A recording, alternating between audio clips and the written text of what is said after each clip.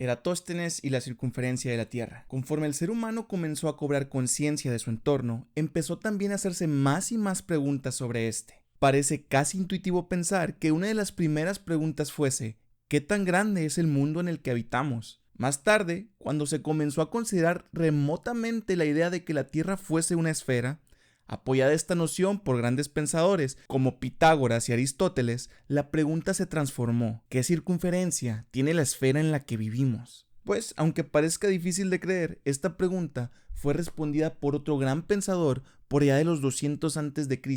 Y es que, aun con la limitada tecnología de su época, este hombre se valió tan solo de sus observaciones, su conocimiento en geometría y su brillante intuición para contestar de forma sencilla y elegante a esta monumental pregunta. Hoy te cuento la historia de Eratóstenes de Cierne.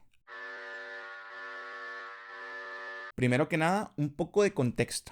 Y es que hablar de Eratóstenes implica hablar de la Biblioteca de Alejandría. Esta legendaria biblioteca fue lo más cercano que los antiguos pensadores tuvieron a una universidad, pues en ella se concentraban cantidades enormes de conocimientos de todo el viejo mundo en forma de papiros, y a esta llegaban estudiosos de todas partes con el fin de expandir su sabiduría y conocer más personas como ellos, por lo que en la biblioteca no solo se iba a leer, sino que se creaban nuevas ideas que a su vez se alimentaban de las ideas de otros pensadores. Estamos hablando del centro de conocimiento más grande y más importante del mundo antiguo, la Biblioteca de Alejandría, fundada en el siglo III a.C.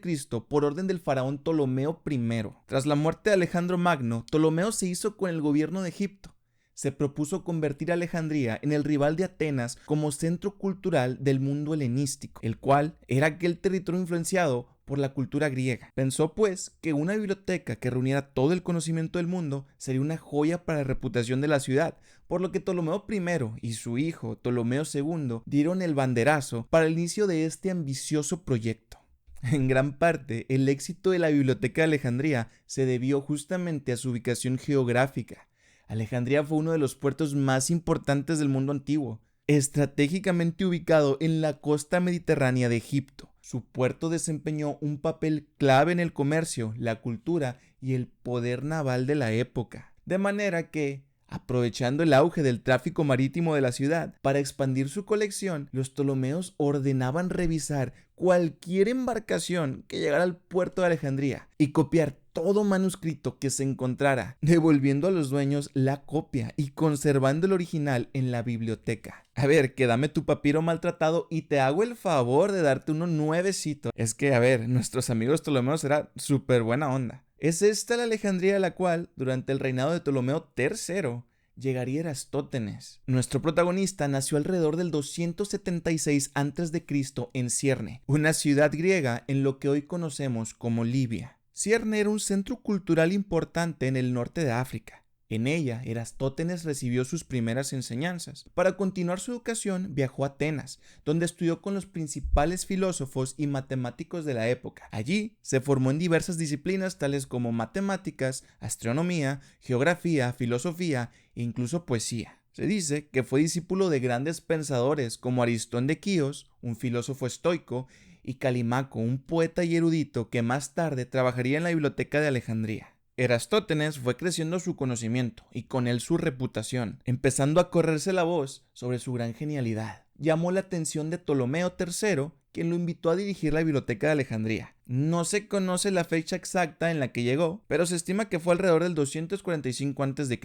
Además de su labor como director, trabajó en matemáticas, astronomía y geografía, realizando su famosa medición de la circunferencia de la Tierra. Ahora, ¿cómo fue que con la limitada tecnología de aquel entonces, este señor fue capaz de medir la circunferencia del orbe terrestre y además con una precisión impactante para la época? Resulta que en una de sus tantas lecturas, Eratóstenes se topa con un papiro, el cual contenía información que despertó su curiosidad. Se trataba de un registro tomado en la ciudad de Siena, lo que hoy conocemos como Asuán en Egipto, el cual decía que en el solsticio de verano, al mediodía, el sol iluminaba el fondo de un pozo sin proyectar sombra alguna. Eratóstenes tomó eso como un claro indicador de que en ese momento y lugar los rayos del sol eran completamente perpendiculares a la superficie de la Tierra. Queriendo corroborar lo estipulado en el registro, Eratóstenes se dio a la tarea de observar la sombra proyectada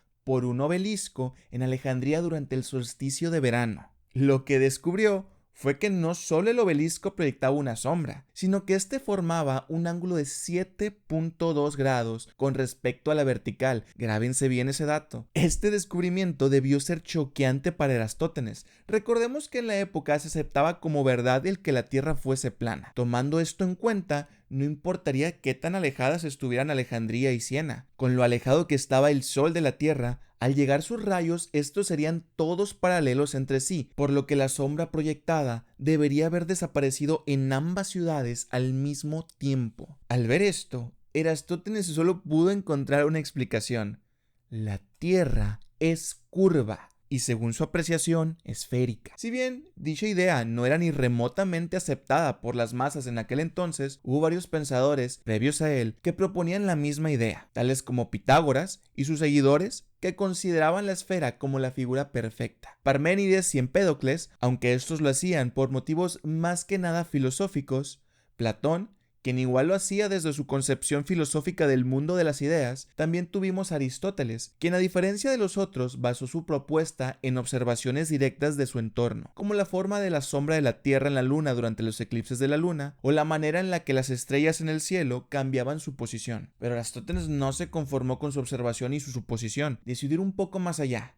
Asumiendo que la Tierra fuese redonda, esto significaba que podía calcular su circunferencia tan solo conociendo la diferencia de las sombras entre Alejandría y Siena, lo que ya conocía de su experimento, y necesitaría también saber la distancia que había entre el obelisco en Alejandría y el pozo en Siena. Para esto último, contrató un par de esclavos para medir a pie dicha distancia, lo que resultó ser 800 kilómetros. Con estos dos datos y sabiendo que un círculo tiene 365 grados, su razonamiento fue el siguiente. Si yo extendiese las verticales del obelisco y el pozo de ser redonda la Tierra, éstas se cruzarían en algún momento, por lo que por semejanza de triángulos, el ángulo entre ambas verticales debe ser igual al ángulo de la sombra del obelisco.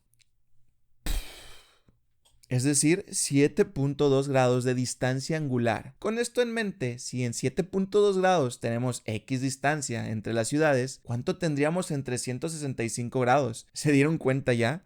Es una regla de 3 simple de toda la vida, aunque Eratóstenes más bien tomó en cuenta que 7.2 grados era una 50ª parte de un círculo, por lo que la circunferencia de la Tierra debía ser 50 veces la distancia entre Alejandría y Siena, es decir, 800 kilómetros por 50 igual a 40.000 kilómetros. ¿Cómo se compara esto con el dato preciso? En el Ecuador, la circunferencia de la Tierra es de 40.075 kilómetros, es decir, un error del 0.18%. La precisión de su resultado fue simplemente sorprendente para la época. Para concluir, es importante decir que el experimento de Eratóstenes no fue solo una demostración de la Tierra esférica y un gran cálculo de su circunferencia, sino también uno de los primeros grandes ejemplos del uso de métodos científicos basados en la observación, la medición y el razonamiento matemático. Si bien el método científico no sería inventado hasta muchos siglos después, los esfuerzos de personas como Eratóstenes y Aristóteles por utilizar un método y demostrar la efectividad de las observaciones, la experimentación, el razonamiento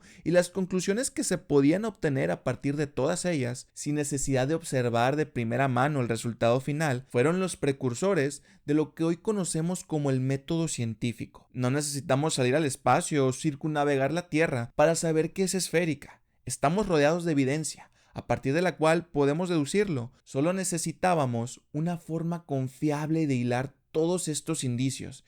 Y ahora es el momento de que vayas a los comentarios y me digas qué piensas del descubrimiento de Eratóstenes. ¿Quedaste igual de impactado que yo al descubrir que una persona hace más de 2000 años fue capaz de calcular con tanta precisión la circunferencia de la Tierra? Deja tu comentario y dime qué opinas. Y si te gustó el video, por favor deja tu like, suscríbete para que juntos podamos seguir aprendiendo sobre las grandes mentes que dieron forma al mundo que conocemos hoy en día. Bye.